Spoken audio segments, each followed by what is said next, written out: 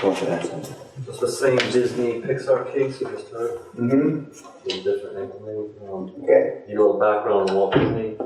Disney started in 1934 with featured animation. After many successes, the animation division struggled for decades until Michael Eisner stepped in 1984 to 2005 and improved the company greatly.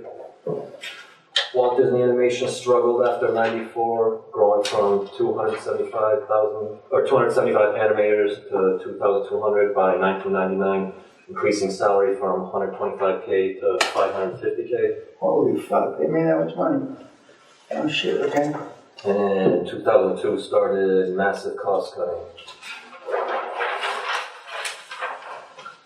Pixar, Steve Jobs bought Lucasfilms for $10 million in 1986 and renamed it to Pixar.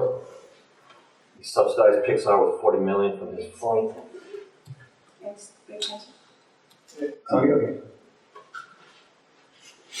Pixar developed 3D software systems, and Pixar differentiated by not using hand drawings but bringing 3D computer-generated models, more sophisticated, cheaper, and faster. From 1994 to 2004, free cash flow grew by 217% annually. In 2004, revenue was $274 million, EBITDA was $225 million, and the free cash flow was $142 million, and free cash flow margin was 52%. And then off to Alex. So there were two companies, the Walt Disney, like a big giant company, and the new one, it was Walt Disney, the biggest one, and Pixar, the new company with new technology, computer generating 3D system to improve doing 3D movies, and they were on the top, and they had the software in place, so they were equipped to do that much faster, easier, and simpler. So the problem was the cooperation between these both. So what these both companies started to work together in 1986. So like you see, they had a history. So it's not like a new cooperation they did, but they started to work together from 1986. In 1991, they signed a deal that Pixar had to produce 2 movies, 3D computer-generated movies, and this deal was completely financed, 100% financed by Walt Disney. It was actually a good deal for Pixar. These movies, fortunately, they were quite successful. So they made additional deal in 1997. The best movie was at that time is the Toy Story, made a lot of money. So in 1997 they signed additional deal, and Pixar at that time was an established company, and revenues they are financially well equipped. So in this contract, they agreed that both parties will split the cost, the revenue by 50%. But the marketing and distribution will be left by Walt Disney. Okay, and the problem started in 2002, where Steve Jobs said these films they produced before were quite successful.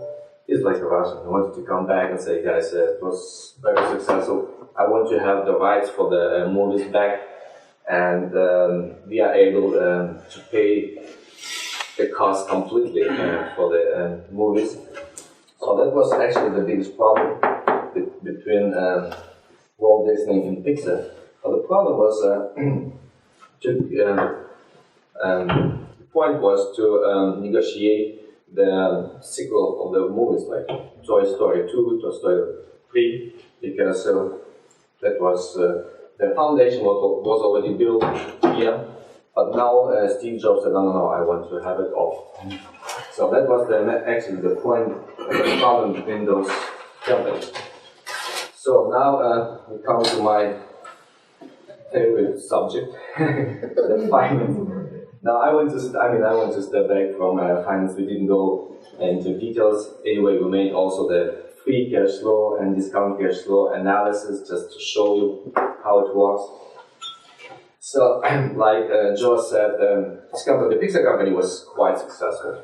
They grew by 270% in the last 10 years.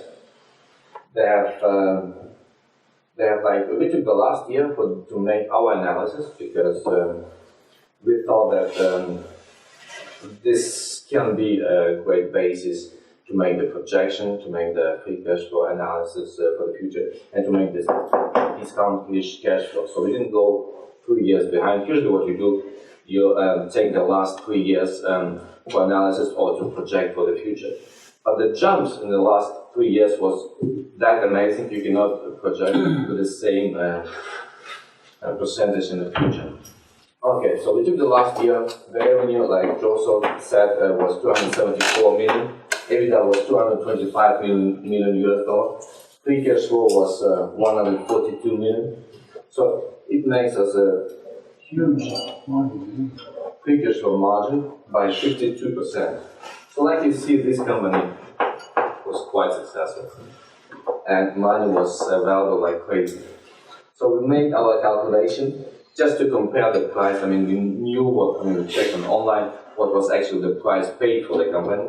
So we made our analysis, take it as a basis 2004, that was actually the last year, and we made projection and said what will be the price for this company.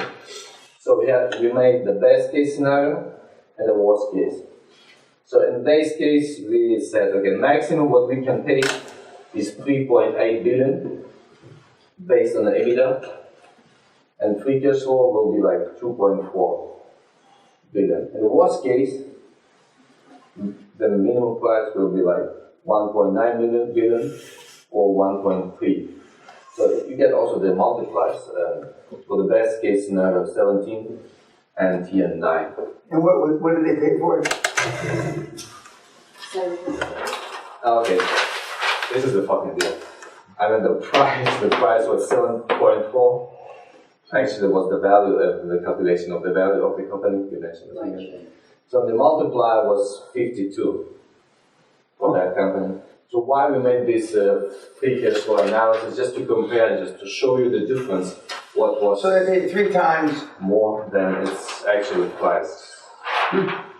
Usually this is the business case. Okay, and now, after we come back from coffee, I'm going to tell you what drove that and what drove AOL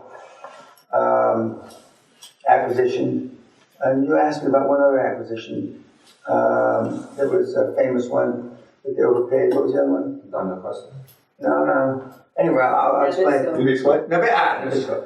Okay, let's go get some coffee, guys.